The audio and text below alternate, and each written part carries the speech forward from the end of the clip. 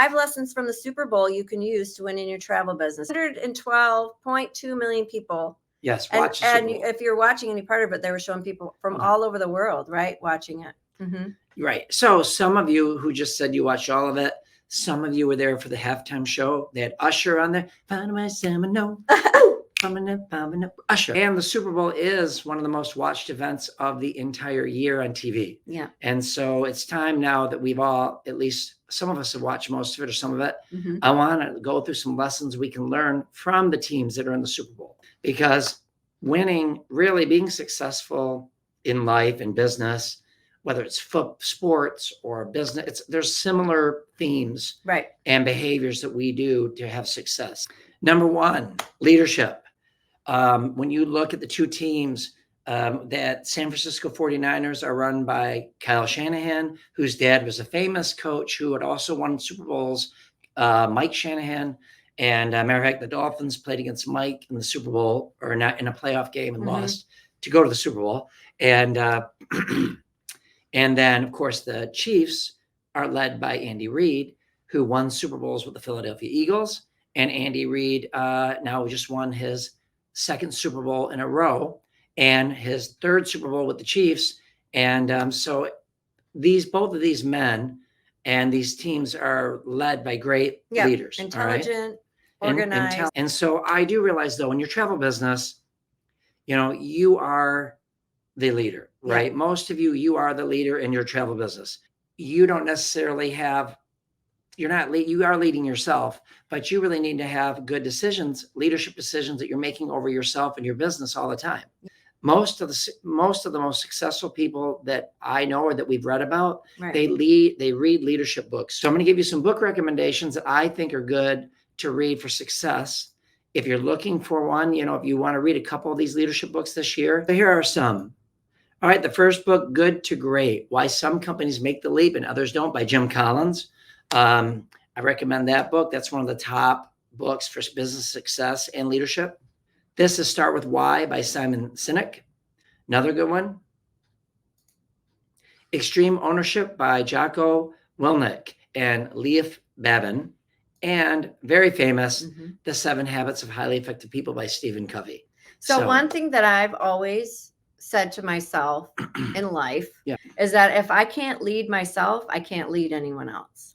True. And so I always start with myself, and I need to be able to lead myself. I need to be able to have good habits, good routines, continual growth personally, continual growth professionally. And if I can't lead myself to do those things, then I'm not going to be able to help others achieve the same thing. So even in this capacity that Lou and I are in now, the reason why we're able to stand here and give you some tips and coach you and have a program is because we were able to lead ourselves so that we can show you and lead you as well. So just always think about it from that perspective, because right now you might be a solopreneur, but eventually you may not be, depending on what your goals are.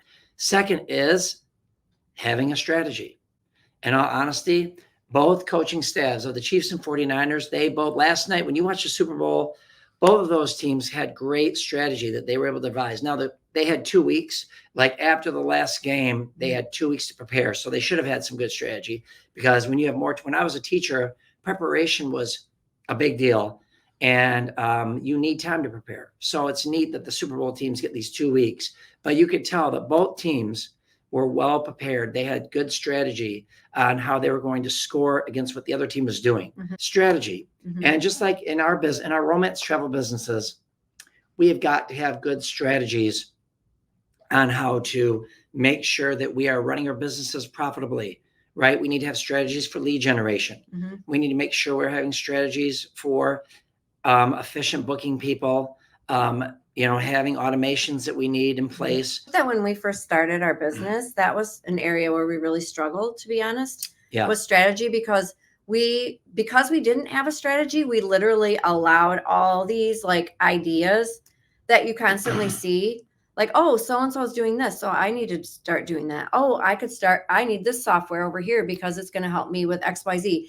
But if you don't have a strategy for your business, then you just have all these things You have all these softwares and all these tools, and you're just trying to copy somebody else. But if you don't know really what you're doing and the purpose behind it and the implementation of it, then it's not going to work for you, because you haven't put the thought process behind it on what you're trying to accomplish and what the strategy is and what the end goal is. So my tip on that is to always determine what it is that you want to accomplish, and then work your way backward from that on the things that you need to implement and do and have in order to accomplish that. Well, and what you'll see is great coaches like Andy Reid or the coach of the 49ers, the strategy they implement is they are also trying to predict what the other team's going to do. And one of the best ways to gain success strategies is to learn from a mentor who's been there and reached that level of success you're trying to reach. Essentially, just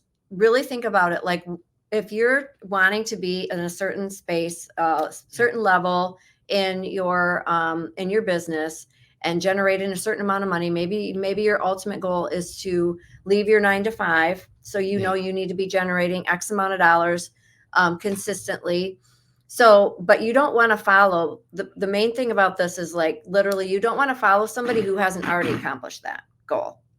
You want to follow somebody who's already achieved that, so that they can help you get there faster, avoid the mistakes that they had made along their journey, and really give you solid advice, so that it's something that you can, it's good to have accountability within like a community and kind of partner up so that you guys can hold each other accountable to your goals. But then it's also good to have somebody who is ahead of you, so that they can help guide you on what you need to do. Fundamentals. Oh, how exciting.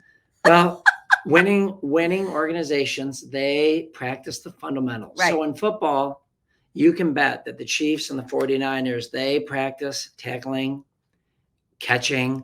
One of the fundamentals of tackling is square your shoulders, get your head up where you can see. They say never tackle with your head down to prevent a neck injury, and look what you hit, look what you tackle. So you go in like this, and I just tackled the screen. Anyway, and in your romance travel business, listen, you need to have the fundamentals in that.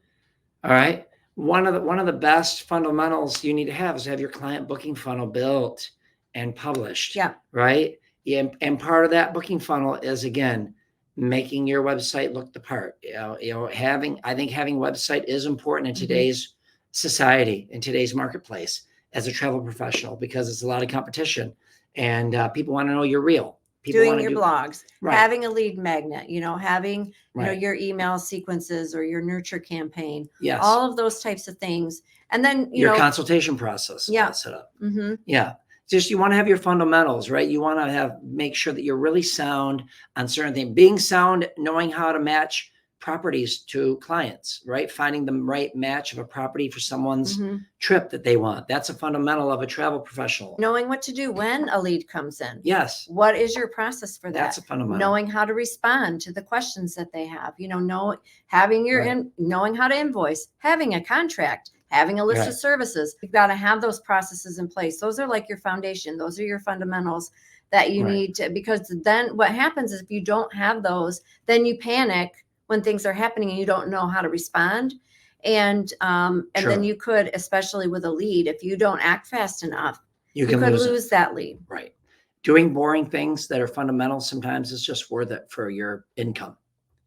All right. Which leads us to the next part, which is preparation. The legendary quote, Bear Bryant, who used to be the coach of the Alabama Crimson Tide. I know everyone thinks of Nick Saban now, but before Nick Saban, Bear Bryant was the most successful coach. That he was one of the best in the country. And he says, it's not the will to win that matters. Everyone has that, but the will to prepare that makes the difference. You can bet that the Chiefs and the 49ers, you could tell they were well prepared for what they do. They had got the game plan. They got their strategy. They were practicing the fundamentals, and then they prepared for the game. Because you can have the strategy, but if you don't prepare to implement the strategy and implement this, it still won't work. Right. So you have to know the strategy, but then you have to have the fundamentals, and then you have to prepare. Preparation is huge, you guys, in winning in anything. When you prepare properly, you'll be able to handle the obstacles that can come your way too, right?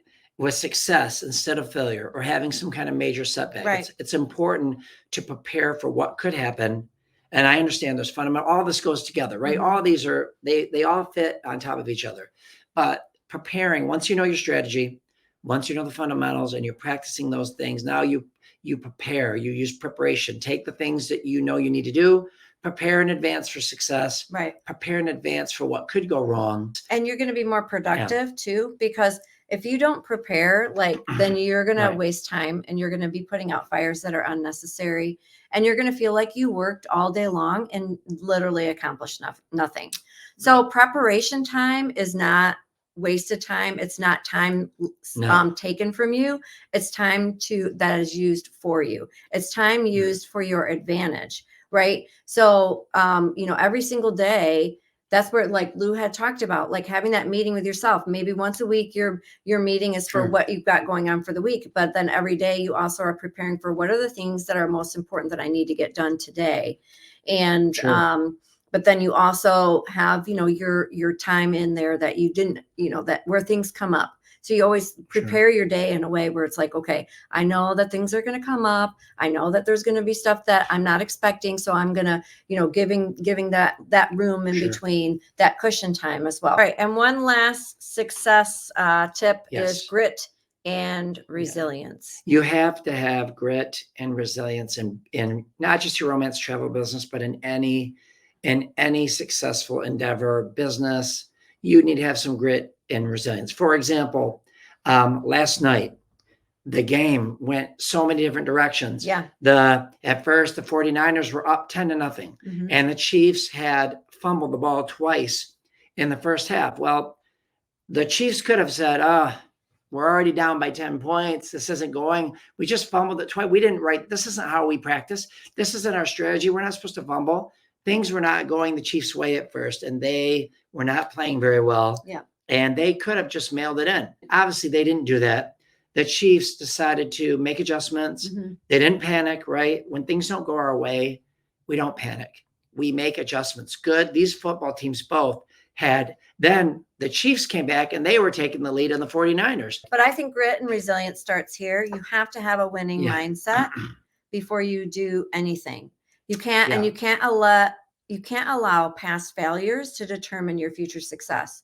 So you have to sometimes talk to yourself and you have to get your mindset right. I guarantee you that in that locker room at halftime, that's what the Chiefs were working on too. They were working on, we're still striving for this. We still have an opportunity. We still can, we're still going for the win. Like, we're not going to allow this to get us into a mindset of, failure. Here's a great quote from Babe Ruth. It's hard to beat someone who never gives up. And I find that to be very true. And just about anything, we're not going to have everything go as planned. I wish it was. But we're living in the earth, and the earth is kind of a fallen place at times. And not everything's going to go perfect. So you have to have mental fortitude and toughness and some grit. And I've talked about this before, but they did a study of successful people, students even, and kids. And we had a whole training on this when I was a teacher, that the number one success characteristic wasn't intelligence, and it wasn't how well someone studied. It was grit, that people could take something hard and push through it. When things don't go as planned, don't panic. Don't throw in the towel. Right. Look what went wrong, make adjustments and corrections, and continue to do what you know will bring you success. Right. All right.